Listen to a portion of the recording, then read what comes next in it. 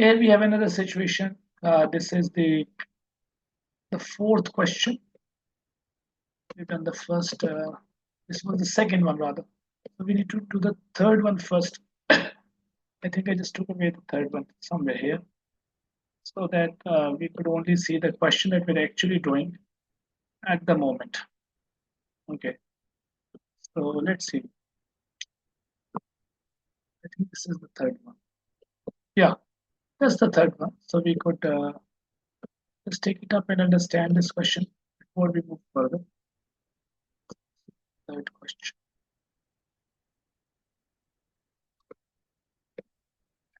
Okay, so let's see. We have this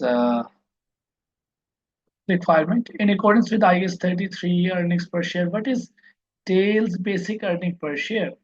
So it's again simple one. We have this retained profit in the year to 30th of November. The retained profit of Dale was 3,640,500. However, this is the retained profit, and this is the retained earnings that is given after giving everything, after giving the dividend, the taxation, and everything. So we just came to see in the previous question that the earnings for the ordinary shareholders is before the ordinary dividend, okay? And this they say that this was after paying dividends as follows. So this dividend can be deducted, it is fine, but this dividend cannot be deducted. So we need to add it back. So the dividend, the ordinary dividend will need to be add back. Okay.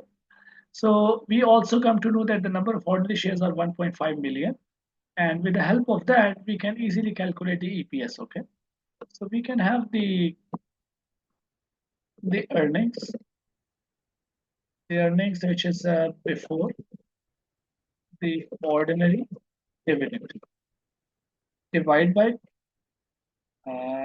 number of odds. So this is the pattern which we're going to follow. So let's see.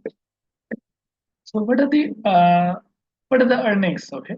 So the earnings here are 3,640,500, and we're going to add back the ordinary dividend. Okay. So let's work it out. The ordinary dividend, which is 1.5 million into 0.5, 0.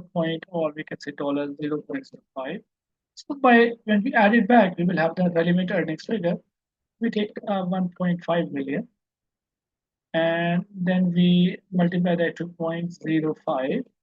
So that is the ordinary dividend. We take this 3,640,500 plus the 75,000. So these are the relevant earnings, and the odds are, we divide this by the number of shares, which are the shares are 1.5 million.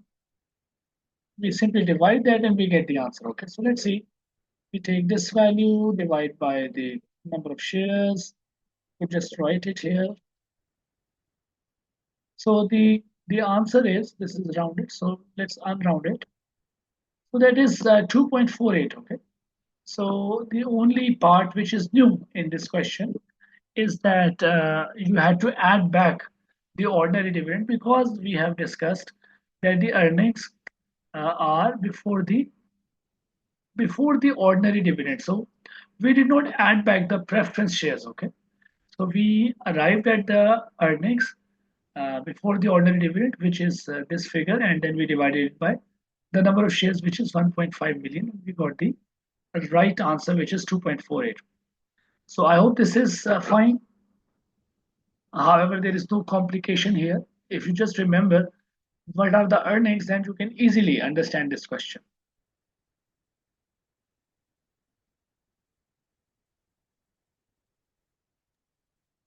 Yes. Okay, so that's very good. We can move on.